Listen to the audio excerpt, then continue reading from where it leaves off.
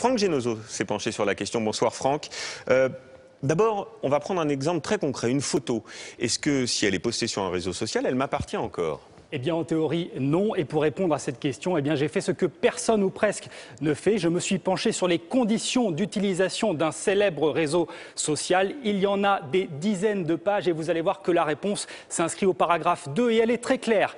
Vous nous accordez une licence non exclusive, transférable, sous-licenciable, sans redevance et mondiale pour l'utilisation des contenus. Autrement dit, ces photos ne vous appartiennent plus complètement et si elles sont vendues, vous ne toucherez pas un centime. Ça veut dire qu'une fois qu'on a dit oui, une fois qu'on a coché la petite case là en bas de la feuille sur Internet, c'est fichu.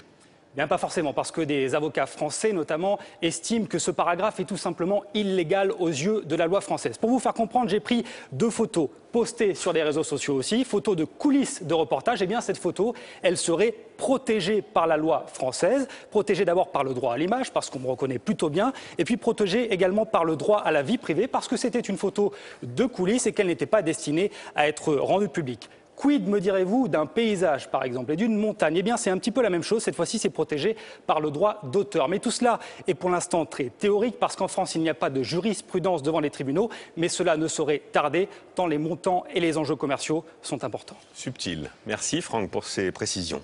Un autre business à présent, incarné par des hommes et des femmes dont on parle beaucoup en ce moment. Il s'agit des grands chefs cuisiniers, Ducasse, Robuchon.